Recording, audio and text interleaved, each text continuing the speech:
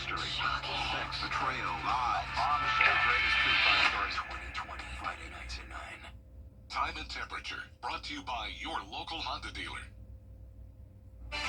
Very warm and muggy conditions for the start of May. We're finally going to see some beneficial rain this weekend, but of course we don't want it to impact any of our plans, so I'll break down all the details with all of your futurecasts coming up.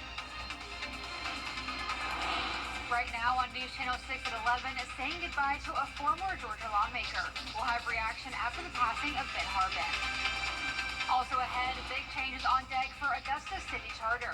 Why lawmakers are at odds over the pace of that process. And today is International Workers' Day, how a local organization is showing support for workers' rights.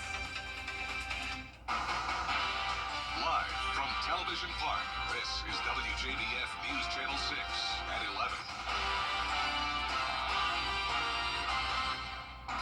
Good evening, everyone. I'm Hannah McDonald. Thank you for joining us.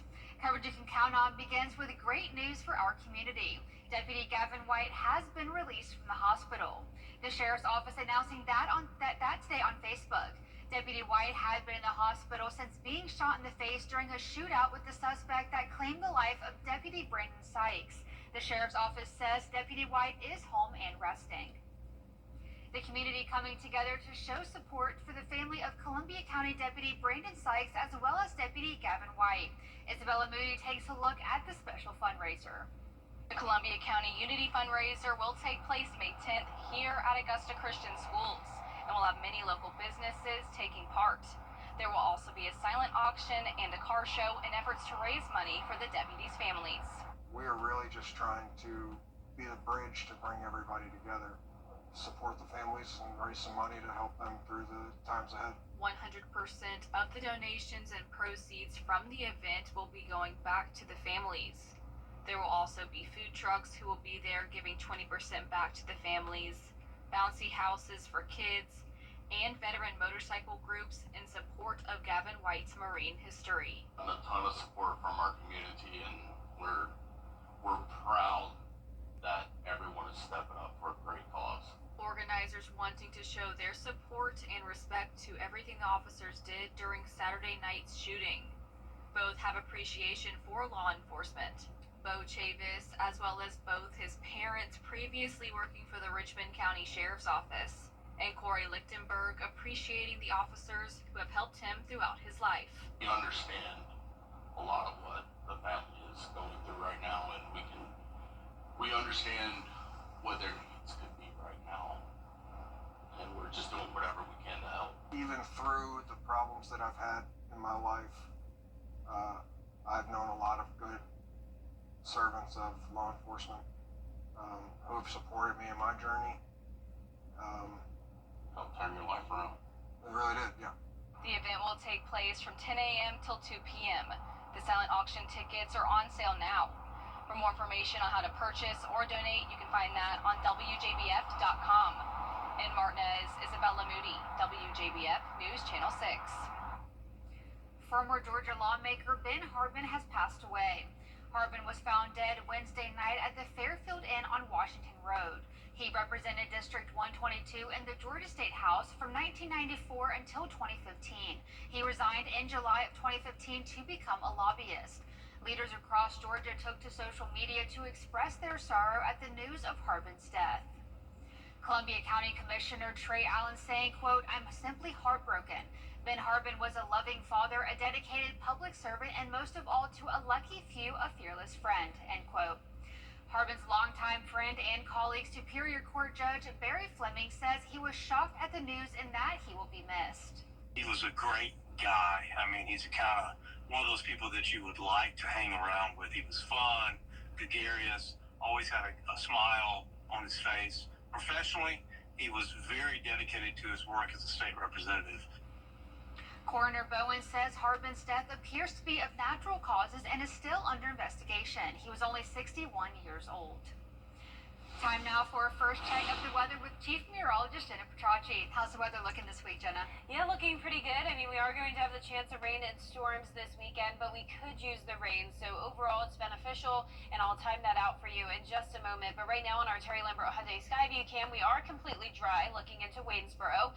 But we did actually have some rain today, believe it or not. If you're in Richmond County or anywhere towards the south, you're probably wondering what I'm talking about here. But believe it or not, we actually did have a pretty strong storm come through McCormick and Lincoln County, bringing a lot of lightning and some brief heavy rain. Those rainfall totals got up to around a half an inch in some spots. But no rain today at Augusta Busch Field. We had a low of 57 year average, and then our high today was 88, 6 degrees above average, just like yesterday. Around the CSRA, we're still seeing a lot of lower 70s, but McCormick, you're at 68, Augusta at 72, Swainsboro, you're at 72, 71 in Wrightsville, and 69 in both Washington and Crawfordville. Dew points are also up to around 69 in some spots, and we even had dew points at the 70-degree mark today, making it feel very summer-like. It felt more like July 1st than May 1st today, with temperatures getting awfully close to that 90-degree mark. And as for satellite and radar, we have mostly cloudy skies still, but no rain coming our way. It will be dry overnight through our Friday morning, so no issues with your morning commute. Our temperatures will be pretty comfortable in the lower 60s, partly cloudy. And as we look ahead here, just a 20% chance of those isolated afternoon and evening storms tomorrow. Then the rain chances increase to 60% on Saturday.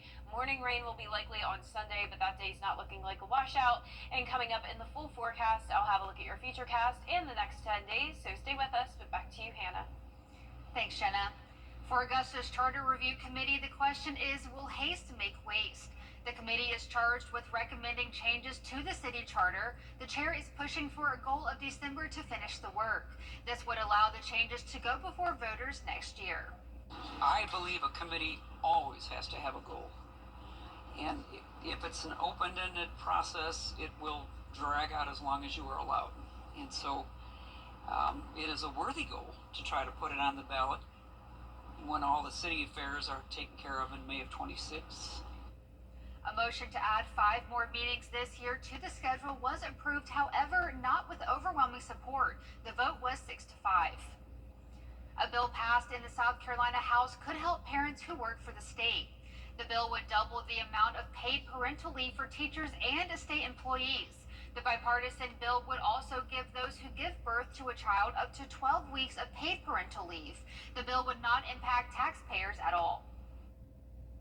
Now, I don't know about you, but I believe that our government should acknowledge mothers and should acknowledge fathers. Whether or not I'm the birthing parent or not, the bond that you have with your child, particularly at birth, is something that is special. There is most likely not enough time for the bill to make it through the Senate, but it will be placed in the chamber in January of 2026. May 1st is International Workers' Day, and one local organization took to the streets to protest in support of workers' rights and against union cuts. Today is the National Day of Prayer, and many communities are observing it, including Augusta. This morning, First Baptist Church of Augusta hosted the mayor's monthly prayer breakfast. Richmond County Sheriff Gino Brantley spoke at the event, including other local leaders. This event brings together business and community leaders for one main goal. That prayer is powerful and that we are stronger together than when we are divided. That's why we have a theme this year called Better Together. And so my message today is bringing that, and obviously we put Christ first in everything that we do, but making sure that the community knows that if we all work together, we'll be a better community for it. News Channel 6's own Jenny Montgomery was the MC of the event. Coming up, honoring the leaders of tomorrow. We'll take you to a special ceremony for these high school seniors after the forecast. Another warm and muggy day tomorrow with low rain chances for now. Then the rain chances increase this weekend, followed by slightly cooler temperatures next week. I'll have that full Viper 6 forecast right after this break.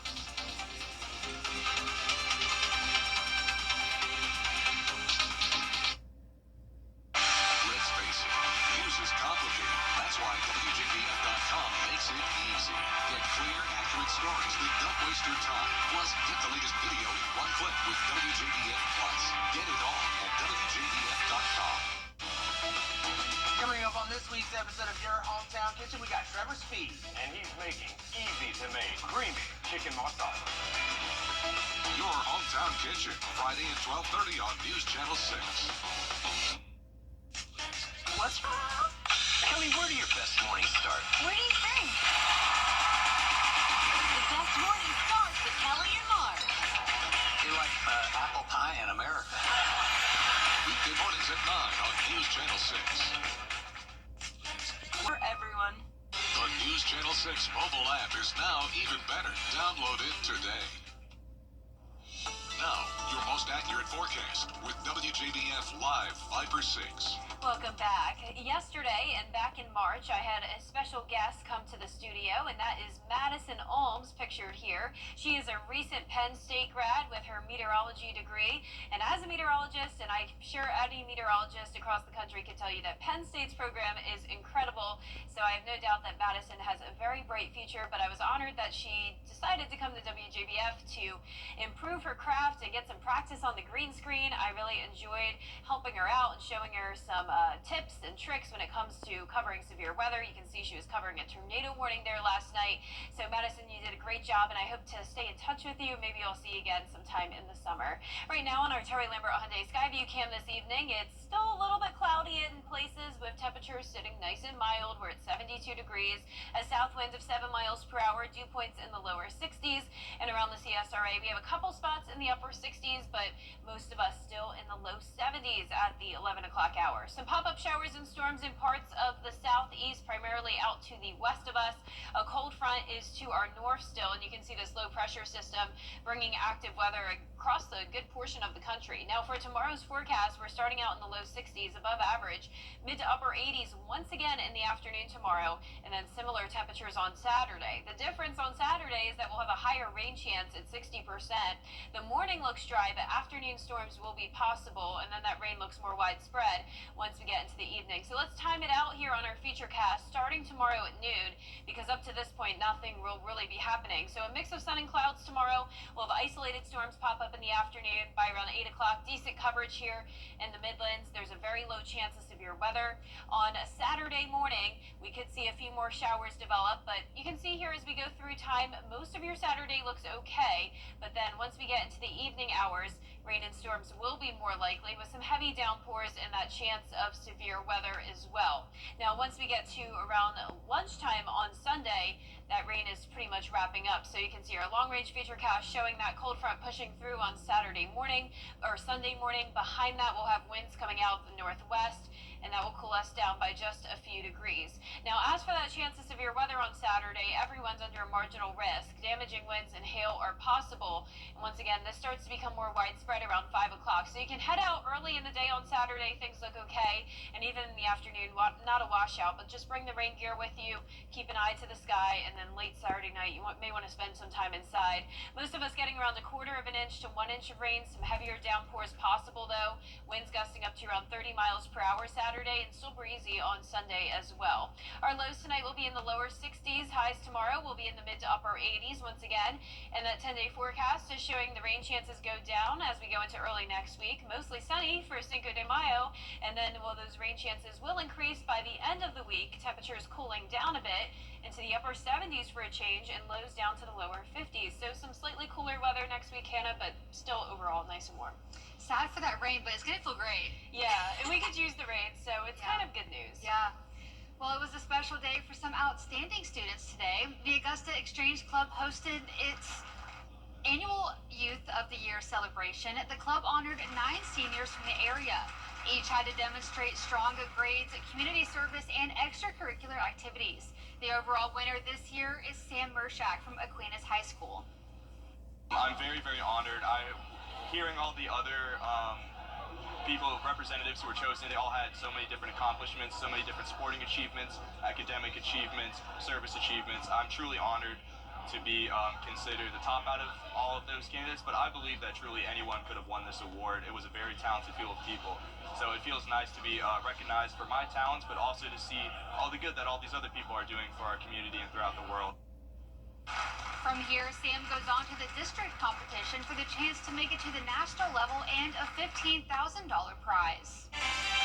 Still ahead, a high-profile shakeup in President Trump's inner circle. National Secretary Advisor Mike Waltz is out. Details on the new nomination after the break. But first, we'll have your winning numbers for the tonight's South Carolina lottery. The pick 3 are 9, 2, and 6. And the pick 4 winning numbers are 8, 4, 0, 6, and the fireball is 2. We'll be right back. If you have to ask why. Angeles. We've got a lot of spring sports high school teams still in action, including the nationally ranked Harlem baseball team trying to make it 45 straight. Sports is next. Hurry! It's happening Bridge Road for an unforgettable celebration of creativity and amazing performances. Wow!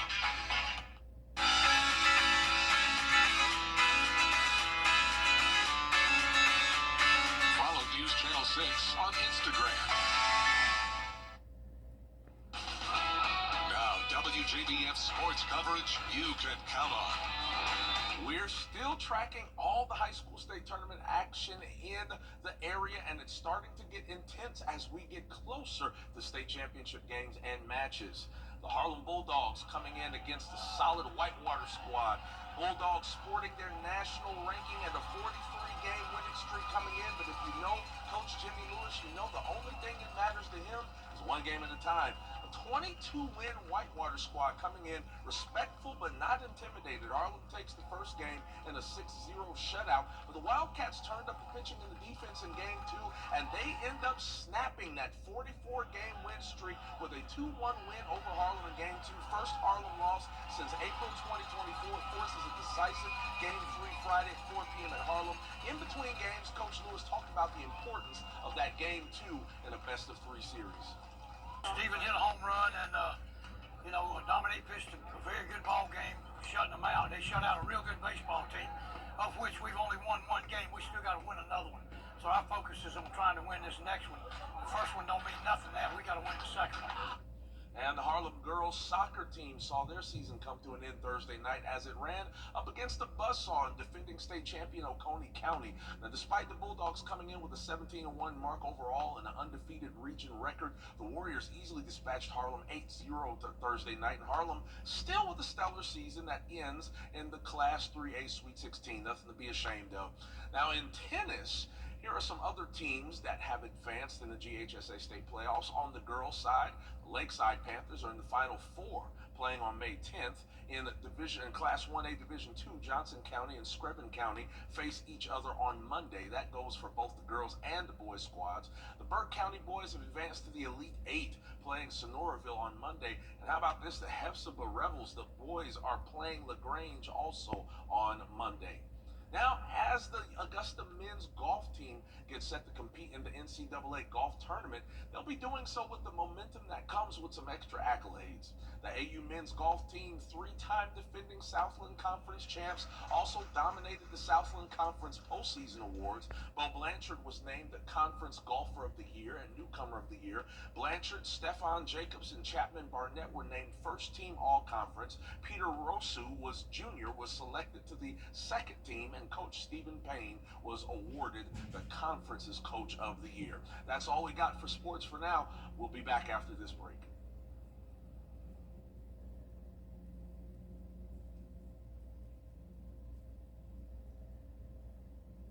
Queen City Home Store is expanding with 9 new stores across the Carolinas. And to kick things off, we're giving you the chance to win big during our Royal Celebration giveaway. Weekly prizes totaling up to $50,000, including KitchenAid mixers, espresso machines, full kitchen appliance packages, and the grand prize, a brand new living room suite. Enter now at queencityonline.com/giveaways. Visit us in store and follow us on social to join in on the excitement. Queen City Home Store, where you're always home. You truly are remarkable. Join us for an unforgettable night celebrating America's most remarkable women. Hosted by Brooke Burke.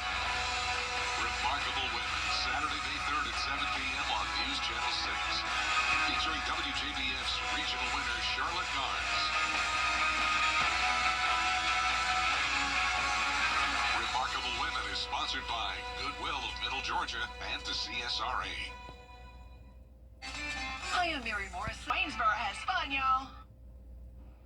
Warm and muggy conditions tomorrow with a high of 88, 85 on Saturday, starting out dry, then afternoon showers and storms continuing into Sunday morning, then back to near average temperatures early next week, some sunshine Monday and Tuesday, followed by more rain chances to end the week. Well, listen to this story. A woman tried to sneak a food item into a Broadway show, and somehow she thought she would go undetected. She opened a can of tuna in the middle of the show, and as you might expect, it did not go well with the audience or on social media.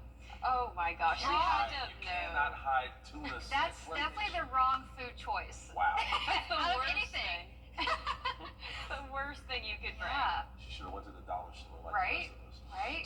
Wow, I feel like she had to have known that was going to happen. Yeah, I don't know. Crazy. But that's our report for now. Thanks for watching, and be sure to tune in tomorrow morning with Barclay Bishop and Mary Morrison. Have a good night.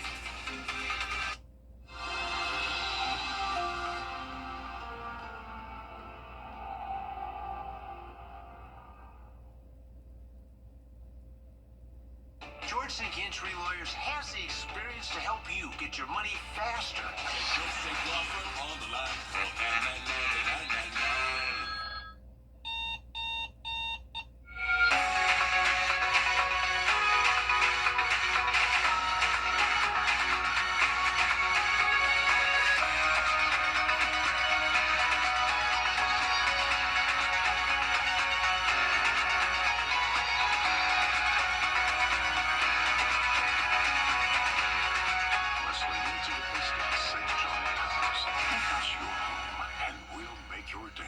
Every day.